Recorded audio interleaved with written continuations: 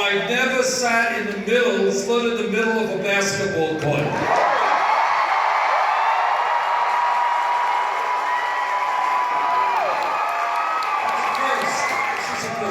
All right, let me, for a start, apologizing. It looks like we have about 10,000 people in the other arena.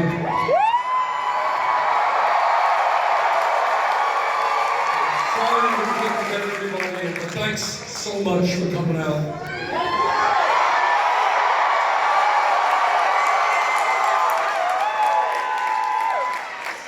What this campaign is about is something new and it's something different. And it's about me telling you, in all honesty, that no president, not Bernie Sanders or anybody else, can address the enormous crises facing our country. The only way that we can address those problems is through a political revolution.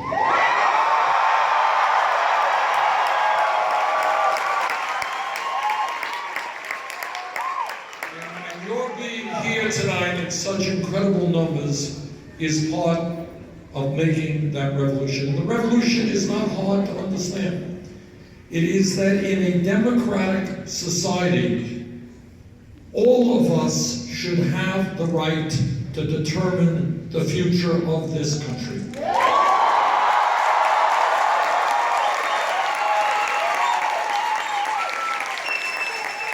And that means that we should not have a corrupt campaign finance system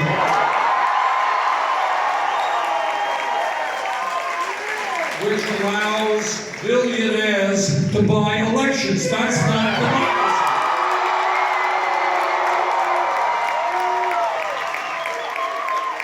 And we should not have Republican governors all over this country trying to suppress the vote, making it hard.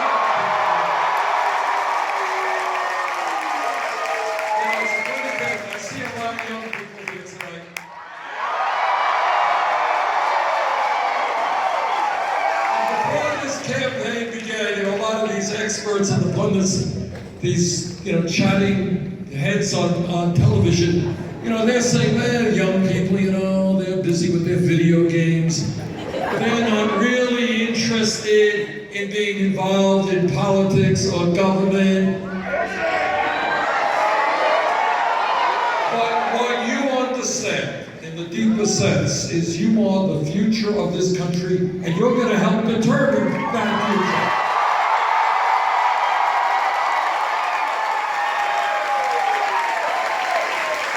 And when we talk about the future of this country, one of the points that I've been making throughout this campaign is that people who get a higher education should not be punished financially for getting that education.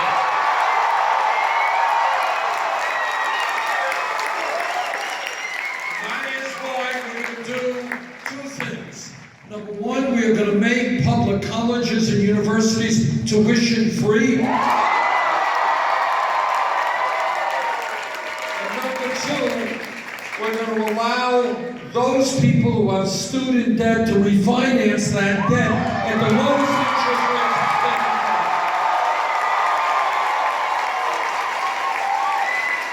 People should not have to be paying off their student loans for decades. That's crazy, that's wrong.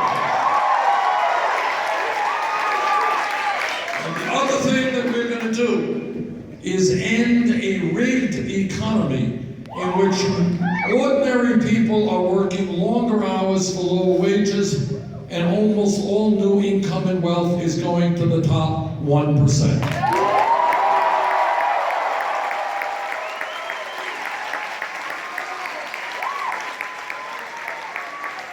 We're going to create an economy that works for everybody, not just the people on top.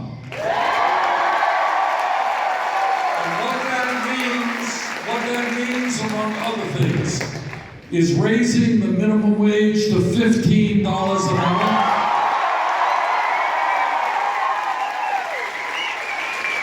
Pay equity for women.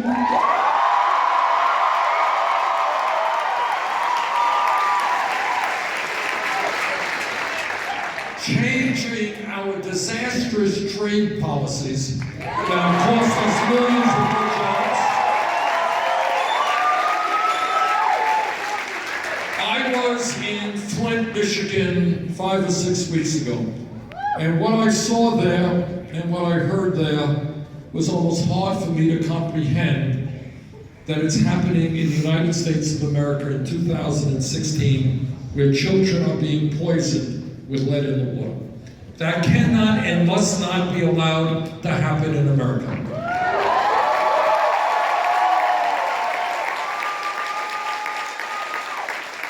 So instead of spending trillions of dollars fighting a war that we never should have gotten into Iraq,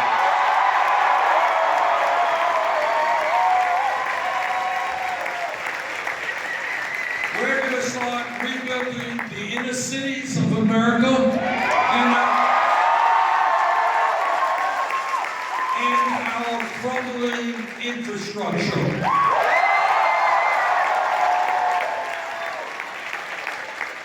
This is the United States of America. We should not have water systems that are poisoning people, wastewater plants that are outdated, roads and bridges that are falling apart.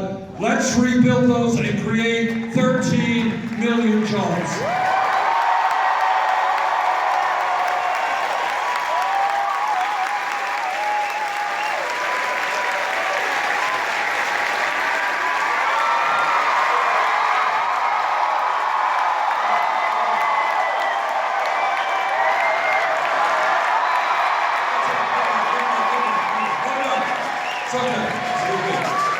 Now this is weird.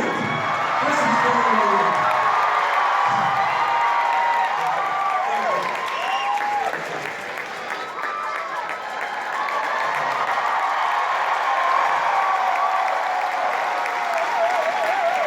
That is very weird looking. Many of you have heard Republican candidates running all over the country, and they talk about family values. You got it. What they are talking about, and we are not going to allow them to get away with, is telling every woman in this country that she should not have the right to control her own body. They are not going to get away with that.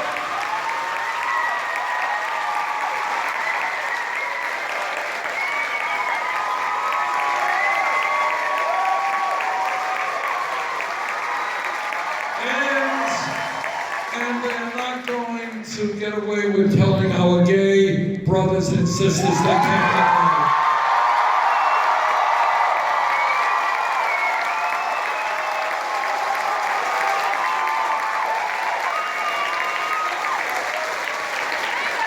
I am a member of the Senate Committee on the Environment, and what I will tell you is the debate is over. Climate change is real.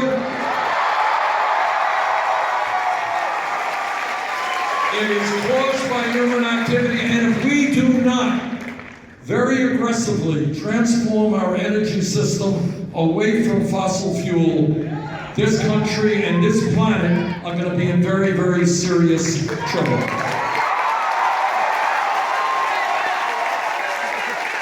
And I want you all to think about the reality that if we have the courage to take on the fossil fuel industry, transform our energy system away from fossil fuel to energy efficiency, sustainable energies like wind, solar, geothermal, transform our transportation system. Not only can we lead the world in combating climate change, we can create millions of great jobs.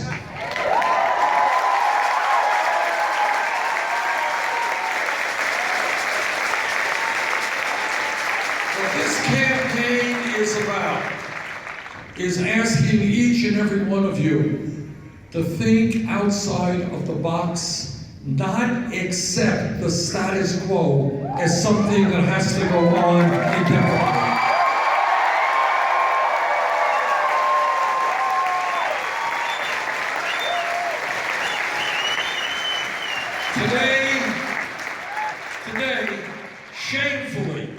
we have a broken criminal justice system and more people in jail than any other country on earth.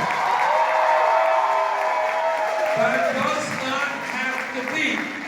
We can solve that issue. Instead of having kids hanging out on street corners, not in school, not having jobs, we should invest in jobs and education for our kids, not jails and incarceration.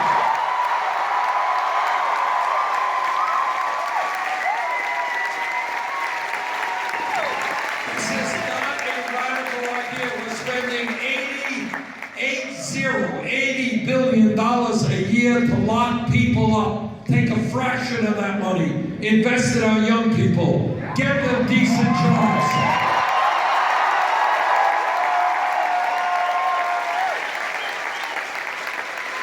We save lives and we save money. Last point that I want to make is that when you think outside of the box, understand that we are the only major country on earth that does not guarantee health care to all people everywhere.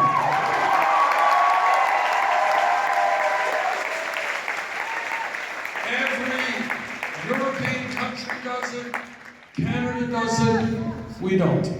Now think what it means. Just think what it would mean to all of you and to your parents and everybody else if everybody in this country had health care from birth to death as a right.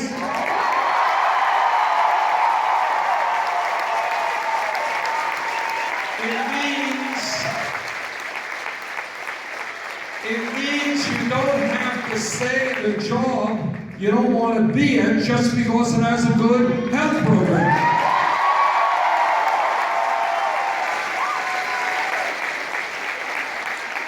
It means that you can afford the prescription drugs you need and not get ripped off by the pharmaceutical industry.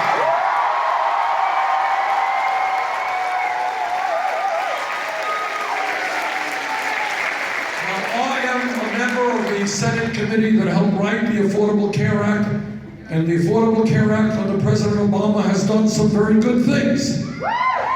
But we can do better. And that is why I support a Medicare for all single-payer program.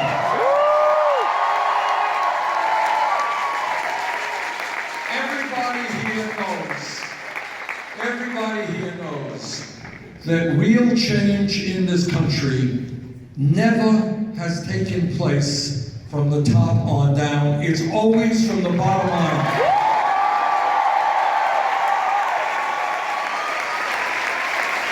That is the history.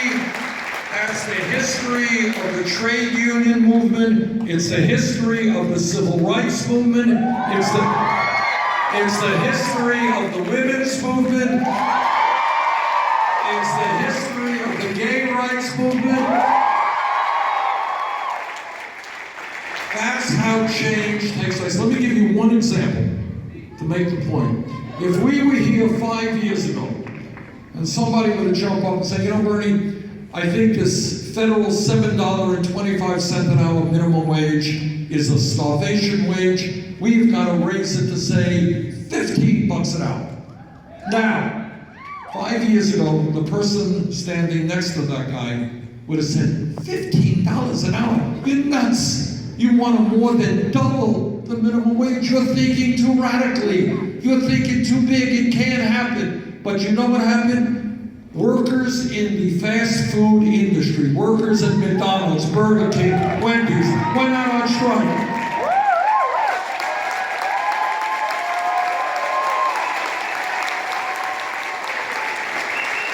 And they said to the world that we can't make it on $7.25, $8 an hour. And they fought back. And then a couple of years ago in Seattle, Washington, $15 an hour. San Francisco, $15 an hour. In Oregon, California, New York State, $15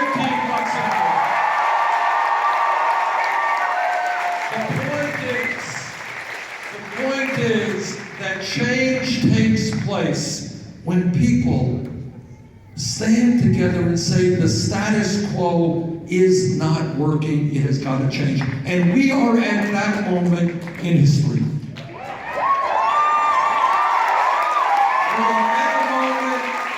at a moment where people understand that establishment politics and establishment economics is no longer capable of addressing our issues, that when candidates get millions of dollars from Wall Street or the drug companies, they are not going to be agents of change.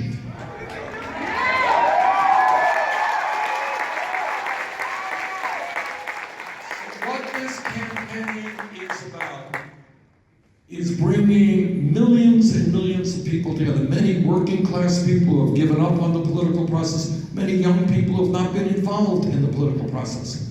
Standing together, not letting the Donald Trumps of the world divide us up.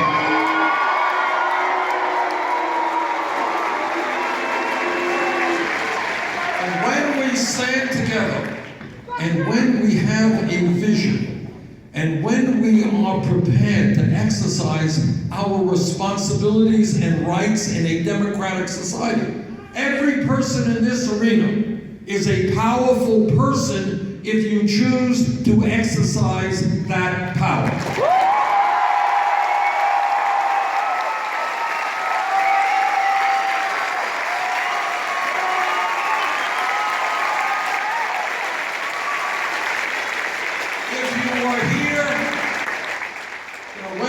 Here to watch a basketball game, you are a spectator. But democracy is not a spectator sport.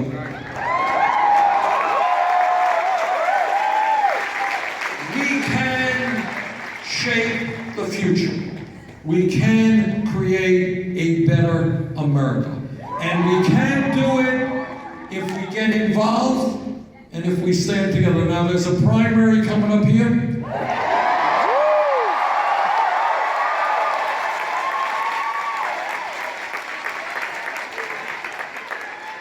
Primary coming up here, which is really, really important because you got a lot of delegates. And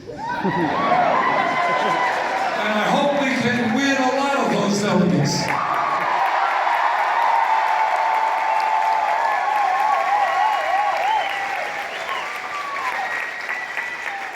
Now, a few weeks ago, I was looking at some polls here in Pennsylvania. We were 25, 30 points behind. There's a poll out today, I think, that has us 4 or 5 points behind.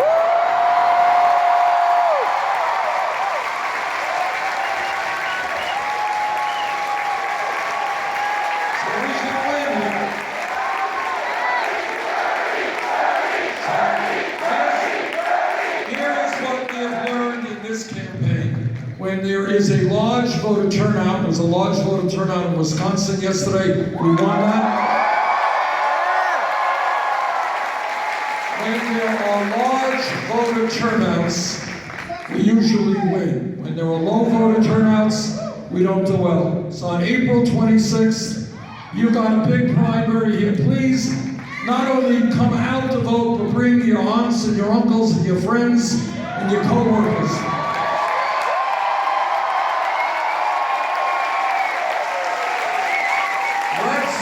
Pennsylvania part of the political